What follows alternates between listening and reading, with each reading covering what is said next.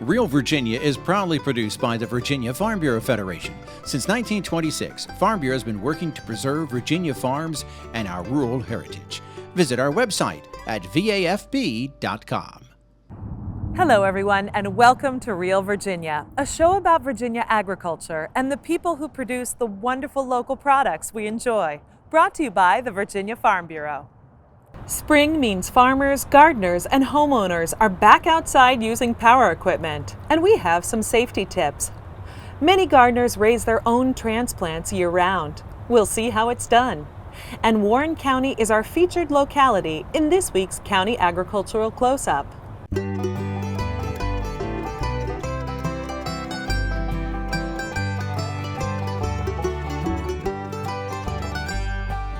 Home will always be Virginia, between the Blue Ridge and Chesapeake Bay, Atlantic to Appalachia,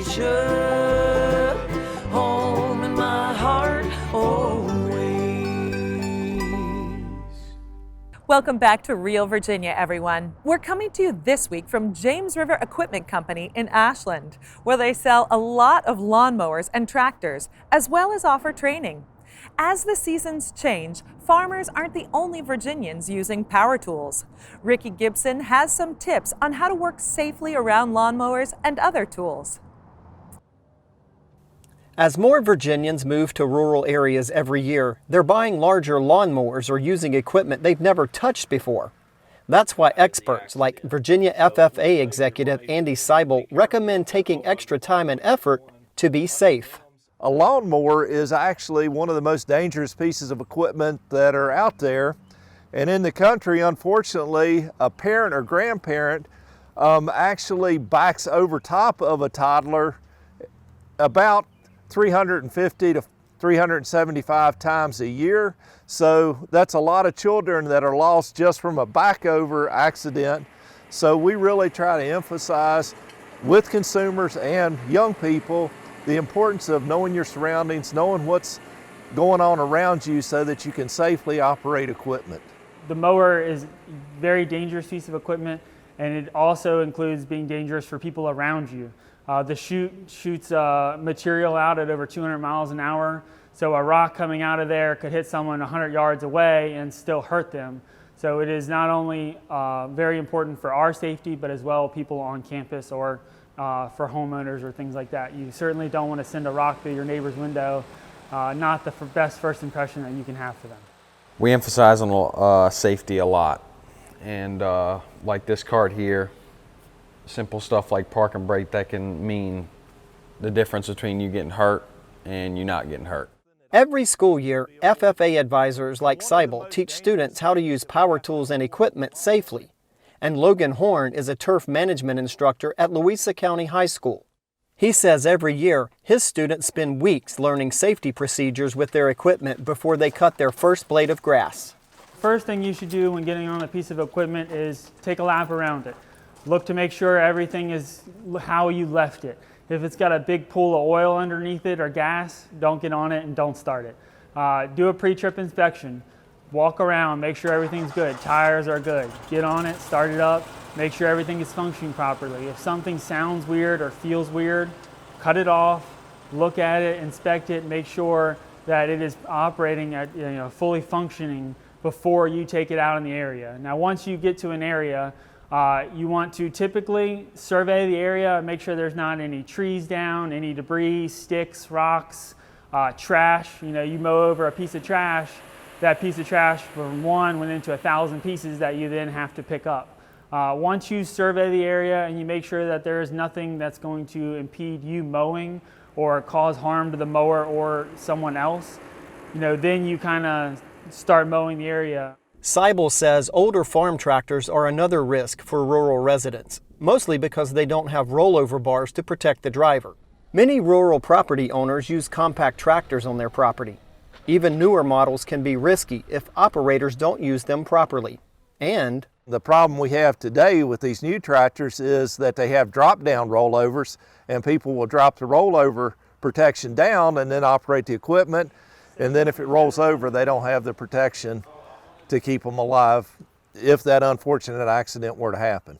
Seibel says young people love to jump off equipment, leading to slips and falls. Other high-risk machines on rural properties include chainsaws, rotary mowers for chopping high grass, and power takeoff shafts. Any piece of equipment that has a power takeoff, it's going so fast that there's no way that the human reaction time can get away from it, so people can get entangled in those PTO shafts, and if they take or don't use the safety shields that are there, it's unfortunate. And I know I've had a student that had their arms caught into a PTO shaft and was pulled into it. So it can happen so fast, and people don't think that it can happen to them, but I can tell you from personal experience, I've seen it happen. Safety is always our biggest priority. It's not about productivity, it's about safety. If we don't get something done on the athletic fields or on the landscaping or at your home, then it just doesn't get done and you have another day to complete that. Don't try to rush. Don't try to get on a time schedule like I only have an hour to mow. I have to get it done in an hour. It's okay to come back to things. Patience and proper maintenance of power equipment are also important habits to develop when working with these tools. Horn says never try to rush to beat a thunderstorm when you're cutting grass, and wait for the grass to dry before resuming cutting. Power equipment is one risk to rural residents. Another is working with livestock, even smaller animals. If a property owner is new to raising animals or even experienced at it, they need to make sure they work around them safely. Cattle are the number one thing. I mean, Virginia's a huge cattle operation state, but there are instances where we have horses that will kick back, or pigs can accidentally take a person over. One of the ones that you wouldn't think that's very strong is a goat, and we're getting a lot more youth and people showing goats in the state of Virginia, and a goat is strong enough to drag a man around if they don't respect its time and understand how strong the animal actually is. Whether you've been working around livestock or power equipment for decades or are brand new to residential lawn care, taking the time to work safely is always your first and most important step. In Louisa County, Virginia, I'm Ricky Gibson reporting.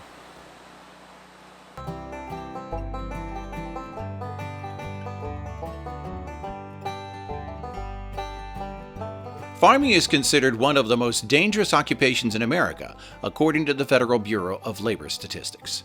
One reason is that farmers and other people with rural property often work alone in remote areas, far from emergency services and with limited cell phone service.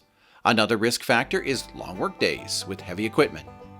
More Virginia farm work fatalities result from tractor rollovers than any other cause, and farmers often share rural roads with other drivers who aren't necessarily watching for slow-moving vehicles. The risk for collisions is greatest in the spring and fall. Hi, today we're going to be talking about growing transplants for your home garden from the ground up. Please stay tuned. We're stronger together, especially at this difficult time. For over 90 years, we've watched our membership grow, and we're honored to be part of such a special community. Thank you to the farmers who provide for us every day. Virginia Farm Bureau is proud to serve our members, their families, and to give back to our local communities. That's the Farm Bureau way. Many Virginia gardeners raise their own transplants year-round to make sure they have exactly what they need. Chris Mullins with Virginia Cooperative Extension shows us how it's done, from the ground up.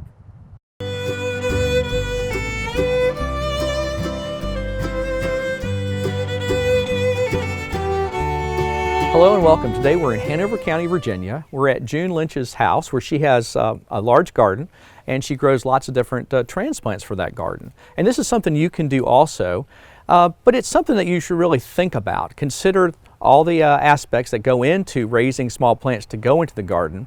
And today let's take a few minutes and look at some of those that you can maybe think about, whether it's indoor production or production in this nice greenhouse she has here. So come on, let's go in and I'll show you some of the things that she does to grow her small plants. So when you think about growing small plants, especially this time of the year in early spring, late winter, you need to think about where you're going to grow. And like I mentioned before, this is a very nice greenhouse. This is a perfect space to be able to grow some small plants, really put your seeds down and make nice transplants. Some of the things I want to talk about what June does in here is she starts with some type of container. And we've got lots of different containers. She's got cell packs that are plastic. She's going to have some different ones, and they all are filled with media. So if we look here, she's got a nice media that she uses. It's more of a professional grade media, but you can find this at your local feed and seed store. It's got components of peat. It's a peat moss based media and has some perlite in it and some things like that. But this is it's not really soil. It's a soilless media, and it does a nice job. It's fairly sterile, and so this is what she uses for a lot of her transplants to put her seeds in. And if you see here, she's got different things. This plastic container, she's got some nice lettuce growing there. She's also got some fiber pots that do a nice job and can go directly into the soil. And some other ones here, some Jiffy pots. And she's even got some eggshells and an egg carton that she uses. So there's lots of different choices here when you think about the types of containers that you're going to start your seeds in and grow. Now, a lot of the seeds and what's in here that we're seeing, because this is not a heated greenhouse, she's got a lot of cool season starts here. These will go into her garden eventually, but this gives her a nice jump start to get in the garden with a nice sturdy plant. She also uses things like this humidity dome, and you can put this over top of a bottom flat, and it kind of just keeps the humidity up. So as you put those seeds down, you want to water them in good in whatever type of container you've got, but you want to be careful not to dislodge the seeds after you've put them down. And so what this humidity seed does later is it keeps it nice and moist around there, so you get good germination. So many of the crops that we're thinking about will germinate anywhere from 4 or 5 days up to maybe 10 days it might take for certain crops. But this whole time, you have to keep them watered, keep them moist around there, around the plant, and they're going to make a nice transplant for you. So a lot of things that she does in here to get these started and get ready to put them in the garden. And again, this nice greenhouse does a good job of keeping the warmth in here and really having a good conditions for growth. But let's go inside and see what she does in there with some grow lights and heat mats and some of the things that you might be able to try also. So this is a great example of the way that you can grow some small plants and a little different than the hobby greenhouse which June has, which is a little bit more expensive. This is very simple. We're inside, so we've got a temperature that's more like your home temperature. And June has some nice grow lights here, specifically with bulbs that are really made for growing plants. And she's got a nice heat mat. And this heat mat just plugs in, and it provides some bottom heat to these plants and really gets them growing well. One of the things that you need to think about is watering these. Like we talked about, even outside, you want to do that in here, maybe even a little more as it's a little drier in here. So she just uses a nice, simple spray bottle to keep everything moist around the plants. And what she does is a lot of her spring, summer transplants, tomatoes and peppers, are done right in here. So lots of different ways you can think about starting seeds and growing your plants for the garden. The nice hobby greenhouse is one, and then something like this is another way. So really 2 different ways you can think about starting those seedlings for your garden. Well, for more information about growing plants for your garden, contact your local county extension office and talk to a master gardener. For From the Ground Up, I'm Chris Mullins. We'll see you next time. From the Ground Up is presented with the generous advice and assistance of Virginia Cooperative Extension. Visit their website at ext.vt.edu. Hi, I'm Tammy Brawley with the Green Kitchen. Coming up on Heart of the Home, some easy strawberry freezer jam. Stay with us. And now, a sneak peek into a day in the life of a Virginia dairy cow. They get their day started. They have some lunch. Get some exercise. Spend time with their friends. And then end their day with dairy sweet dreams. Real dairy, real life, real delicious. Fresh Virginia strawberries are the star of every table in the spring. Chef Tammy Brawley shows us how to capture that ruby goodness all year long in the heart of the home.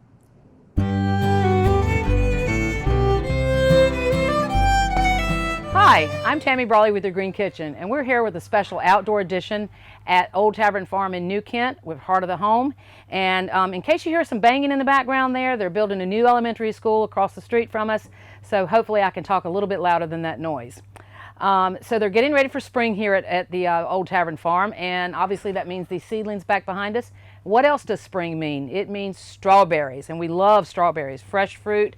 Absolutely. There's a couple things to keep in mind when you're working with fresh strawberries, is that you always want to make sure you don't wash them until right before you get ready to use them.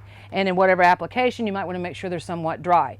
Today, we're making an easy strawberry freezer jam, so the dryness doesn't really matter that much. But what we're going to do is we're actually going to start with some water and pectin in our burner in our pot on our burner. Pectin is a thickener, and you can buy it in typical grocery stores. That's where I got it. And you want to add it to your pot with a little bit of water. I'm going to whisk that up just a little bit. All we're looking to do is have that pectin dissolve. You might be wondering what the difference is between jam and freezer jam. Freezer jam, you don't actually cook the fruit. So what we're going to do is we're chopping the strawberries. You can be doing this while your pectin is getting dissolved in the water, which we're going to come back to in just a moment. And you could do this in a food processor if you wanted to, but I don't recommend that, even though the food processor is one of my favorite tools. Pectin has started to boil now, so I'm sure it's going to be dissolving soon. So I'm just going to let that rest while I finish chopping the berries. You want this jam to be a little bit of a thicker consistency, which is why I'm not using the food processor. You're going to add it to a bowl that you have waiting. And then while the pectin is cooling a little bit, you want to add some sugar. A little at a time. This is a lot of sugar. It's basically 2 cups of sugar to 2 cups of berries. If you find your strawberries are really, really ripe and really, really sweet, you can certainly cut back on that sugar. There's no reason not to.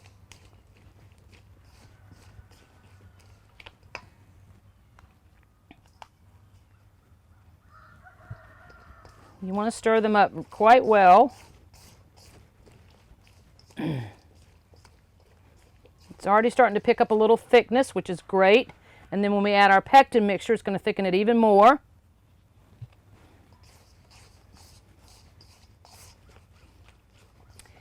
And it's at this point, really, if you wanted to add any other sort of flavorings, you could add vanilla extract if you'd like. A friend of mine makes that. It's really, really good. But it's not necessary. I don't really think we need a full 2 cups of sugar in this based on what I'm seeing on consistency. This looks actually pretty darn perfect. I think just a little bit more for good measure there. And then, after that's stirred, then you want to come in with your pectin. You can see that it's somewhat thick there. And you want to come in and add the pectin water mixture to it. And you want to stir that very well. All right, so after the pectin water mixture is nice and incorporated, you want to have your mason jars ready. These are great. These are little half-pint jars. They're perfect for serving sizes. Also available in the grocery store, actually right next to where the pectin was. And what you want to do at this point is have your mason jars clean. You want to have them dry as well, and you want to ladle your jam into the jar. And you want to leave about a ½ an inch or so head space there before the lid goes on. That looks pretty perfect. Screw the lid on. You want to store them upside down for about, I don't know, maybe about 24 hours or so before you then add it either to the freezer or to the refrigerator.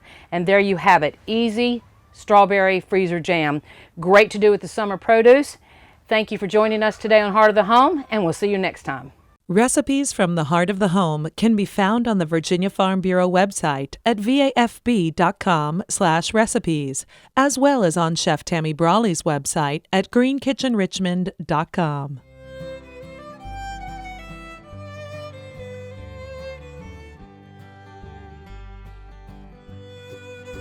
Strawberries are just the first fruit you can preserve at home during the growing season. In colonial Virginia, canning or preserving seasonal fruits was done in preparation for the lean winter months.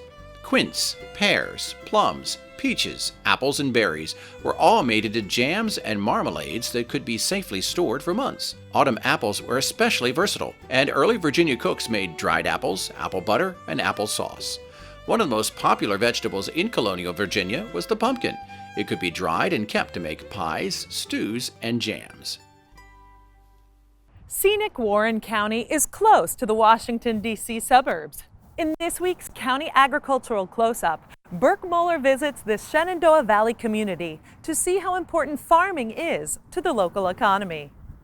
Located near the northern entrance of Skyline Drive, Warren County was named for Joseph Warren, a hero of the American Revolution who helped Paul Revere get the word out about the British invasion. Despite the new homes cropping up where once there was open farmland, agriculture remains an important part of Warren County's economic livelihood. At Virginia Livestock in Front Royal, cattle auctions occur each week. Rick Matthews operates the facility and also serves as the county's Farm Bureau president. He says between 500 to 1,200 head of cattle are sold on sale days. The farmers have been very supportive of us. They're very appreciative, and we feel like that we offer a service here locally where they can bring their cattle, they're auctioned to the highest bidder, and we feel like it's a real competitive market for them to be able to sell their livestock. Matthews also operates Triple M Farms outside of Browntown. Once he graduated from Virginia Tech, he went into the family business and increased the number of cattle they raised. In recent years, he's seen the influx of folks from the city. We have a very friendly community. Most folks are very friendly. As people move in, I live in a little small community called Browntown. I used to know everyone when they would go by. You wave your hand up at them, hello. But now, so many folks that have moved in, when they go by, you don't know them. But you'll find that after they're there a while, that they'll raise their hand and wave at you as they go by too. Everyone wants to move out to the country, and Warren County is a beautiful spot for them to come to. Warren County has a total of 321 farms covering 38,697 acres. The average size of a farm is 121 acres, but most farms in Warren County are between 10 and 49 acres. The market value of all agricultural products sold each year is $5,892,000. Livestock brings in the most, with $3,767,000. Of that, cattle and calves bring in $2,378,000. Hay and other crops bring in $1,302,000. One of the top hay producers in Warren County is Oxbow Farm, a 1,400-acre property not far from the county fairgrounds. James Pruitt manages the farm. We mainly grow hay, and we have straw, wheat straw, and we've gotten into planting corn and harvesting that. We also have 26 head of Longhorn cattle here, and I don't know how many horses. We got 4 Clydesdales. These Clydesdales are from the same family that were used in national beer commercials. The riding carriage can seat 4 and even has airbags underneath. Each horse weighs about 2,000 pounds, and these 2 animals are 12 and 13 years old. They're examples of the wide variety of livestock raised in Warren County. You got to diversify. You got to do different things. You know, we grow hay. There's probably some guys here that have vineyards, and there's other guys that just strictly do cattle, and it's a lot different than it used to be, where there was dairies and beef farms and sheep and hogs and everything. We're close to DC, and I think DC is moving to us rather than us moving to DC. And it's a lot more residential, people coming here to live and working in DC more. I don't think there's as much housing development here as, say, Loudoun County, but it's got its fair share of development going on here. Development is coming to Warren County, but farmers keep finding new ways to remain important to those who live here. Some of Warren County's new residents are looking to start their own agricultural businesses and are welcome to the community. We offer diagnostic work, troubleshooting, advice, training and educational programs for existing producers, but new landowners and people that are thinking about starting a business are just as welcome, and we do just as often. They'll often ask us questions about things. We'll give them some budgets and some ideas and help them do market surveys and things like that that can hopefully put them in business in a sustainable and efficient way. Jeff White is one example of the new generation of farm entrepreneurs. I went to college, got a business degree, was working in the Northern Virginia area. That's where I was raised, actually, in Fairfax County. But this was my grandparents' farm that I visited ever since I could walk, probably before, I guess. Just fell in love with the place, always visited up here. And after 8 years working in the defense industry out of college, just kind of wanted to change and always wanted to come back up here to the farm. White eventually convinced his grandfather to set aside some of their land to be used as a vineyard. In 2012, they won the Governor's Cup for their Hodder Hill Red. Hodder was my grandfather's middle name, and so I named my vineyard after him because he let me plant a little vineyard in the middle of his cow pasture. Taught me a lot of life lessons.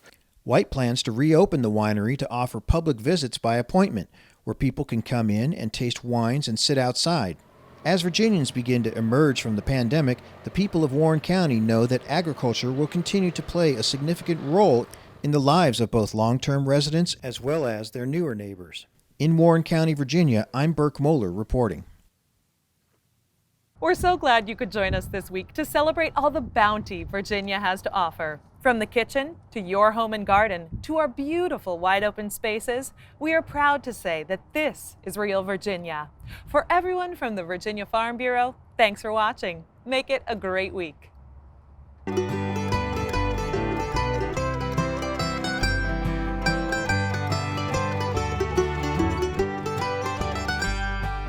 Home will always be Virginia, between the Blue Ridge and Chesapeake Bay, Atlantic to Appalachia, home in my heart always.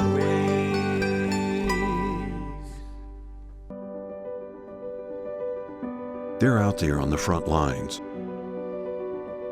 The brave, the dedicated, the relentless.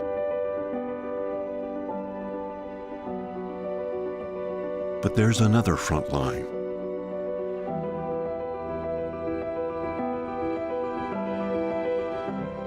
The one that helps nourish all others while facing epic struggles of their own.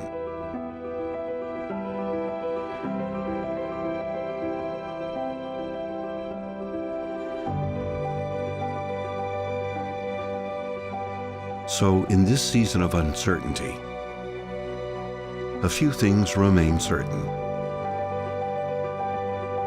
The rain will fall, the sun will shine, and together we'll continue to grow.